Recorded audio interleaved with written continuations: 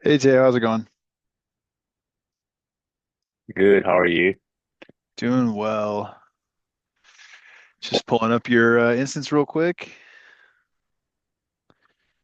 All right, so today we're gonna kind of go through a little outbound training. I know we've breezed over it a little bit here and there. We've talked about receipts. We've got items kind of created now for our customers. That'd be a good chance to talk about the outbound flow and just make sure you guys are clear and what kind of the process is going to be. But kind of want to check in, see how you guys are doing. I know obviously you had some turnover with Juan and can't remember that. Paul? Juan and Paul? Is that right? The pool, Yeah. he's no longer to work with us.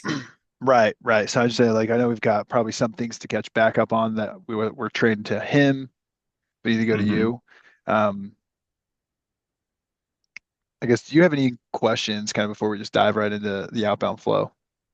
Um, well, so far I think I'm good because I got a recording from you, right? Yeah, yeah. The So recordings yeah, are in that thing. yeah, I went over the recordings and I think I'm good for now. Sweet. Well, what we can do now is just kind of walk through the outbound process. So there's kind of just a few details to consider when you're like looking at your outbound orders. We can always import orders. So say you have a customer who's going to give you a spreadsheet full of like 10 orders that they want you to um, kind of bring in all at once rather than creating the order 10 times. We can import orders similar to that process that we did for uh, importing items. The only difference is every order will have a reference ID and then we'll have different fields that we're filling out. That can be done here under import orders. And we won't go through that too much, but we will do is go to create order. And then I'm going to do this A test. One thing to note is that just reference ID, this could be a PO number generally, or it could be a tracking number, just whatever you guys end up deciding that you want to do. hmm All right, so if I click create order and then I open this up, I've got the same, it's a very similar look as creating a receipt. The only difference really primarily being that we're going to have these three different options for shipping, billing, and sold to, as opposed to just carrier info, right? So we can have a different sold to contact and a different billing contact and shipping contact.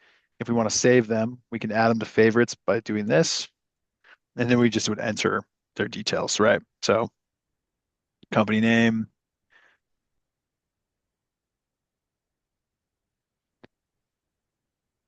country. Oh.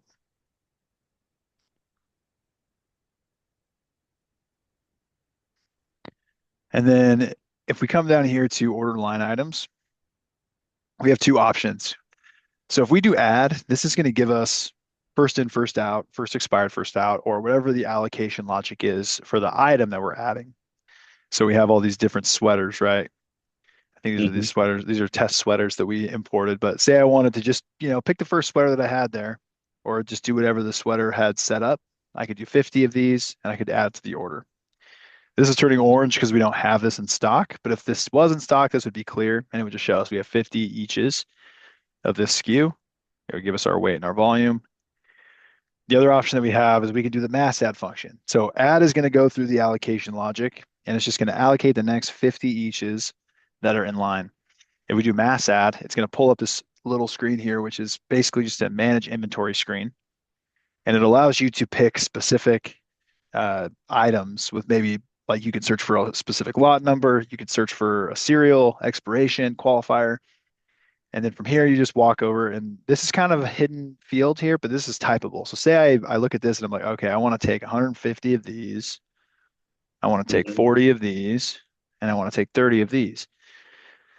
It's going to pull these specific items from these locations with this lot number. So we've got the same SKU, or this is different SKUs, I guess. These are the same SKU, but we're able to pick where they're actually being pulled from. So if I click add and close this, I'll see these other two that I've added. So I've got 150 each. I've got that 50 and that 20 of that SKU. It's combined it. And then I can also edit the allocations. So right here, Say I'm like, oh, I don't want to do this. I can edit this allocation, and it would pull up that same screen. So that's how we can choose which eaches we're doing. My guess is with your customers, because it's those big containers that maybe might not even be unloaded sometimes, you'll Mm-hmm. probably just end up doing the mass add. You'll find that container that you're grabbing based on lot or whatever you're tracking on it. I see. You can also get more columns by going like this, find the trailer Mm-hmm. number, supplier net, whatever it is you need to find it by. Mm-hmm. And then you'll probably add that to the order, and that's how your orders will look, and it'll be pretty simple.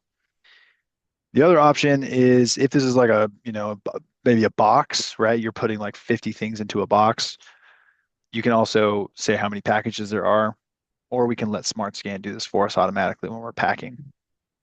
So I can assign a carrier here, or I can leave the carrier details blank if I don't know them yet.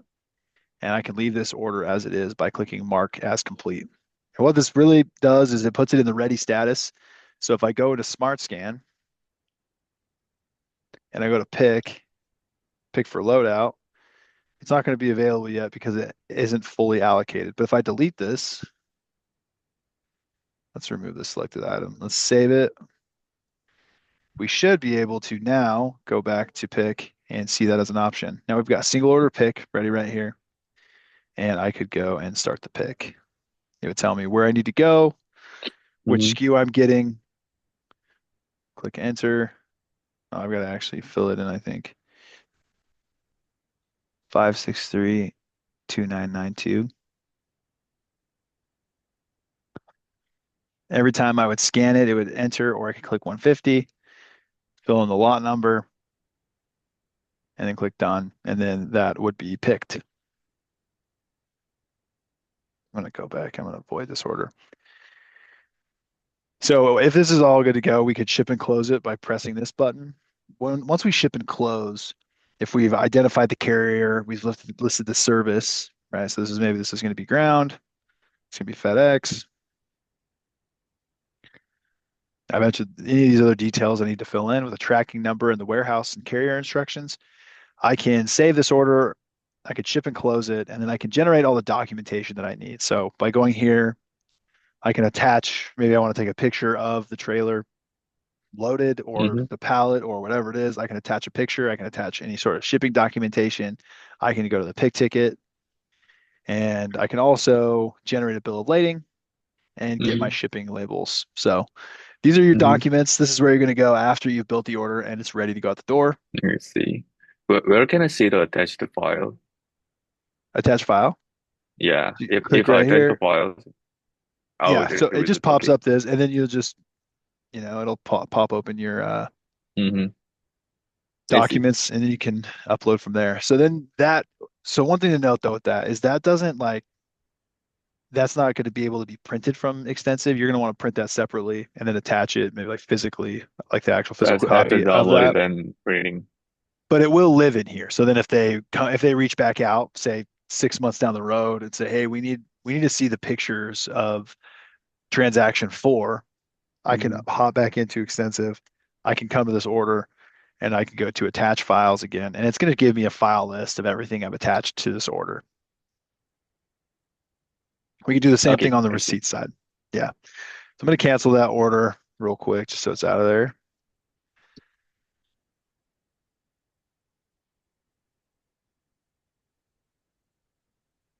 Cancel. And that's basically going to be the way outbound works. What questions do you have for me? It's a pretty simple flow, especially with massive Yeah, containers. It'll be really easy for you guys, I think. it's straightforward. Can you go back to the mass ad? Yeah. So we can create an order also on the side like this. Uh-huh. All right. And now if I come down here to mass add, Yeah. I So in open the this grid, wider. like, does this grid allows me to sort the data like ascending or descending? What is the Yes. functionality of this grid? This screen right And here, mhm, this is to bypass first in, first out and let you choose which items you want to pick for an order. I see. Can I search the search in lot number in here? Yeah, so if you want, you can always search, you can sort right here as well. So if it's like if there's a lot of lot numbers, more than likely it won't look this way, right? Where you have 906 all the way Yeah. down, and they're very easy. It'll be a big long number. What you can do is you Uh-huh. can copy the lot number you need to find, take it down here, and then paste it. Oh, I see. So search by track by. So if I was to type in 901, Hmm. now it's removed all the 906s. I'm just seeing them. And then if I scroll over, I'd be able to actually drill down and look at the location, see the date that they were received. And I can also sort by like pallet ID as well. So this is how you'll be able to find specific items that you want to put on an order. Hmm. Yeah. All right. I Any other questions regarding that? No, no, really, it's pretty straightforward. Nice. All right. So that's kind of the mass add function. Once we have orders created and shipped out, and I'm gonna just close this real quick.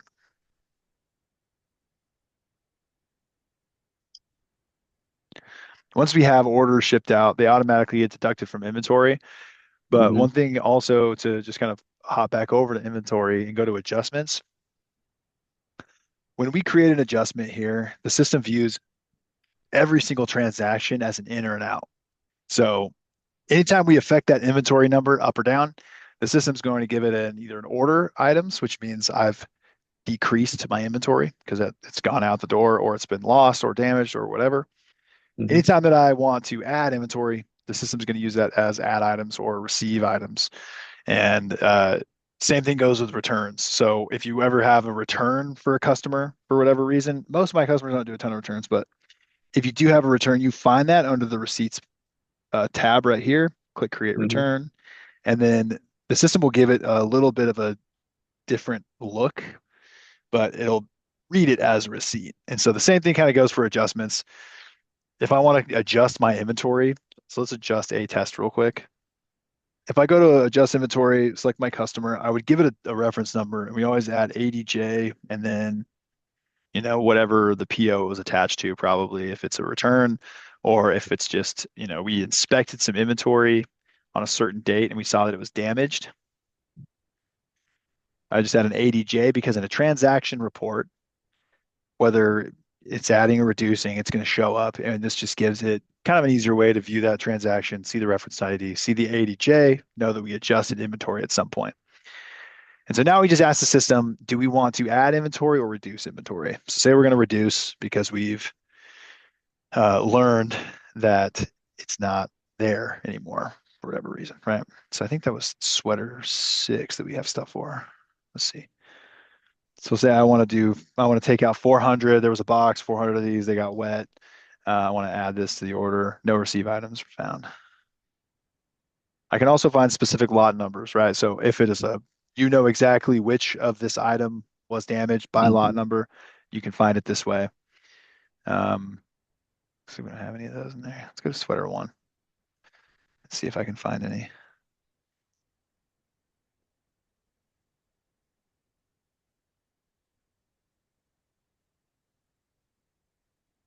Anyways, we'll add that SKU. I can't remember which SKU we have inventory of, but we add the SKU here. We can apply the adjustment.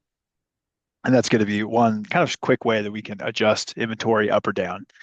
Uh, but again, the system just views it as an order or a receipt, just with a special designation as an adjustment. So once I reduce that item, like it's gonna be disappear in inventory. Can we track um that like in history section or something? Yeah, so if you want to do the item history, right? So those are kind Mm. of two different separate things. We can always make notes on a receipt. We can make notes on an adjustment or an order. But if you want to actually know the history of an item, like where it's been, Yeah. we can go to item activity. This is going to show us all the transactions that are on this item. The other thing we can do is go to item movement. This is going to show us where this item has lived throughout the warehouse. And then view item Hmm. is going to be a kind of a combination of the two. So we have this reporting functionality, which we probably haven't spent much time in yet. Hmm. But when we do, we'll walk through each of these different reports. But item movement and item activity are going to show you where it's lived in the warehouse.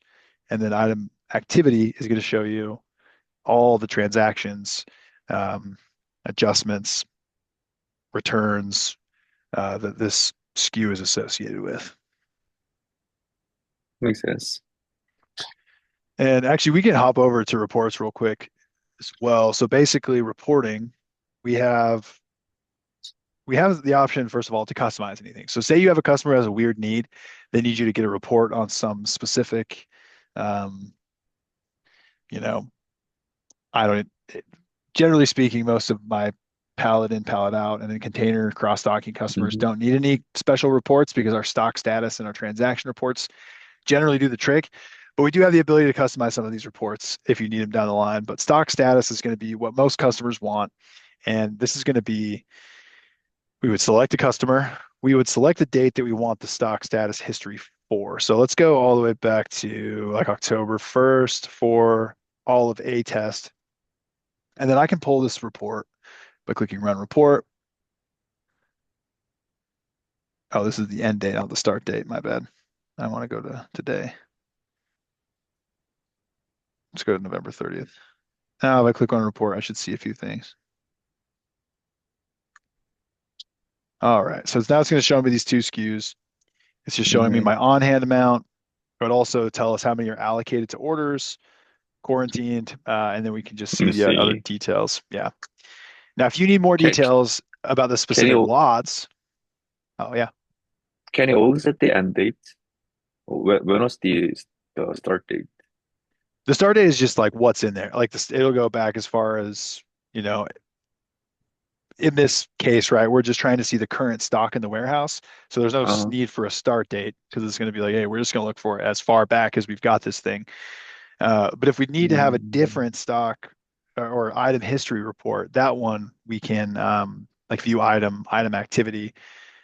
We can get a little more granular about maybe the I see. details of a specific time frame, right? So we want to know in the month of October all the transactions for that item we could, Hmm.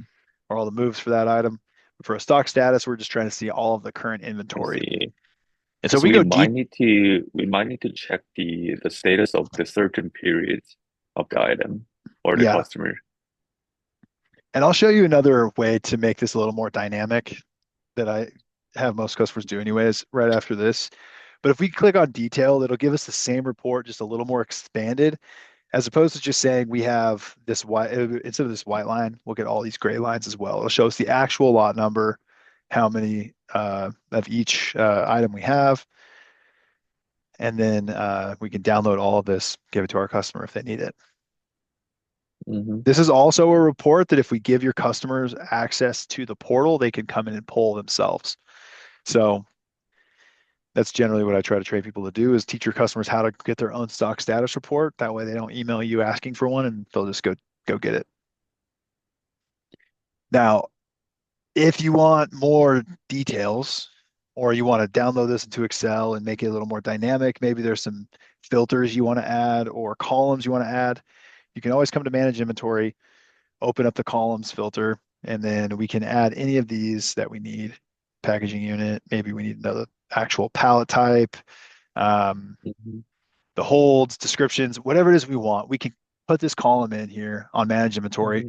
We can sort it however we need. We can also filter each of these columns separately, and Hmm. then we can export this entire thing to Excel.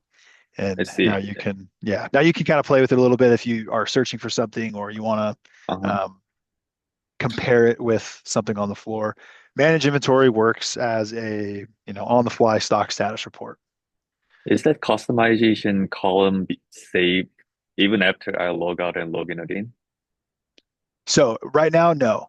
If you save this view, so I just added all these filters. If I was to click save here, it's going to pop open this. I can say like inventory simple or inventory report view. And Hmm. then if I save a filter, I'll just save this real quick. If I save this filter, it'll show up right here. And then say I come Hmm. in and I'm looking for something else. I'm messing with my columns, I'm saving them, I'm searching on the side, and then I want to go back to that original one. I just Hmm. click apply and it'll reset. Okay. So you can have as many save filters as you want, but Hmm. generally what I do is I help people just figure out which columns matter to them once they have live data in, and then we'll save a view like inventory simple, inventory Hmm. expanded, and then we have two different views we can just click in, and this will share to the other users in your organization. So I'll remove that save filter. Yes, you can save all the filters, and you can also have the same thing on the find receipt screen. Hmm. You can toggle the columns, select what's important. Fewer details here because we're looking at the bulk. We're looking at the lump receipt, right? All the lines Yes. on there. And so we combine the SKUs, we put them all in the same row. Hmm. But looks kind of the same way. We've got a few more here because we've got our shipping information. But we Hmm. can always toggle those filters, toggle those columns, create filters, save the view, and just make it a little more user friendly for everybody who needs to use it. But that's essentially what we'll be doing, or how you'll be like searching for inventory, pulling reports for any time a customer needs it. Um, yeah, so that's I guess a quick review on adjustments, manage inventory, our reporting, and also some outbound. So the kind of next thing I wanted to do is just one of the things you guys have on your pad. I know that Terry was planning to implement his own version of this in, was it Alabama? Hmm. Is that still kind of the plan, or is that not happening now? What I heard from Terry is it's gonna be started middle of this month, I guess. But it's not been decided yet. But probably it will start soon. Okay. So what we want to do then is at some point here in the near future, probably just have a date that we want to have you guys go live. I believe, let me look at our project plan. And we've had some flux, but I wanted to see if we could, oh man.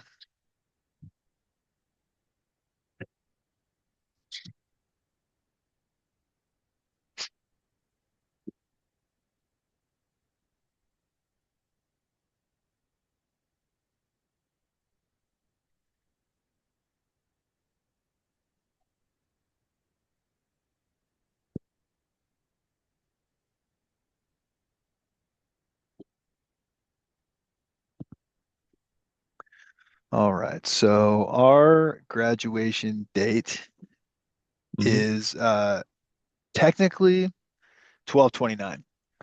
We have a go live freeze from 29. So October how, to, how or sorry, so how many sessions do we left? you guys have 15 hours, or sorry, you guys have 16 hours left.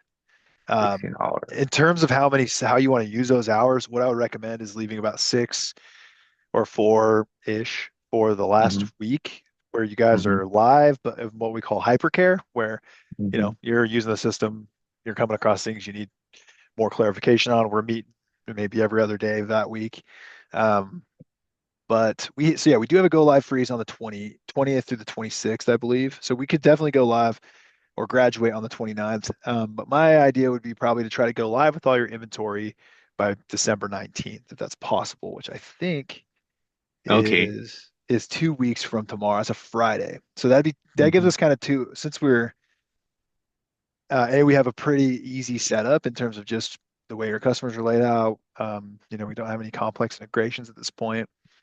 I think we could easily get inventory live in 2 weeks. Hmm. So what I would recommend we do at this point is figure out A, all the customers we're going to bring in, B, everything you currently have on the floor, and then how we want that cutoff to go. Because if we go live the 19th, then we're live I guess 10 days prior to graduation time. So I think what I'll do is I'll schedule our graduation call for like January. I'm out that probably schedule it for January 5th, which is a Monday or 6th. Hmm. So we'll probably schedule for January 5th, and then we'll just plan to go live the 19th, and then we'll have 2 weeks between going live and completing the project where you guys can reach out to me. I can jump in and make sure you guys are comfortable. That sound like a plan? Hmm. Well, that works for me, but my concern is, as you know, Terry didn't join this session that much, and our warehouse manager never joined so far. So I think like we can have some time for the catch up for them. That's Since yeah. that's kind of a good use of the time that we so we have so much time on the project that I think during that time, even prior to going live, I could probably do individual sessions with Terry and get Hmm. him caught up one on one. And things are starting to slow down a little bit because it's the end of the year for us, so I'll have some Uh, flexibility. yeah, yeah. I mean, like, I don't think you had to do that because you already gave us the recording. Yeah, yeah. Sometimes it's just helpful. Maybe we don't have to do a ton of sessions, but it would be helpful just probably for him to be able to bounce some questions off. But I know he has some experience already with extensive, so maybe Hmm. just making sure that everything that he's trying to do is set. But you guys can discuss that and just kind of let me know how that works for you, so that we can just make sure that everything moves along smoothly. Right. Then And I think we can set our graduation session on what you said, the January 5th. yeah, that gives us a month. Yeah. Okay, sounds good. All right, I'm gonna start getting that like ready and just put it on the calendar, and then we'll go from there. That sound good? Yeah, sounds good. All right, awesome, Taylor. Thanks for being flexible with me. I appreciate it. And then let's plan. I think we actually have time tomorrow. Uh, I can't remember. Let me pull up my. Oh no, we don't. Okay, we have next Tuesday. Tuesday Okay, at the same which time? time. Yeah, I know. Yeah, this time right that we met today. That work? Yeah, that works for All me. right, let's do it. And then we'll talk a little more about how we're going to import the inventory once you have the numbers of what's on the floor. Hmm. Um, and we'll just build out the import file, how it's going to look, and then I'll assist you guys in getting that live. That sound good? Hmm. Yeah, sounds good. All right, thanks, man. Appreciate the time, and we'll talk Tuesday. Thank you, Damon. You have a good day. You too. Bye.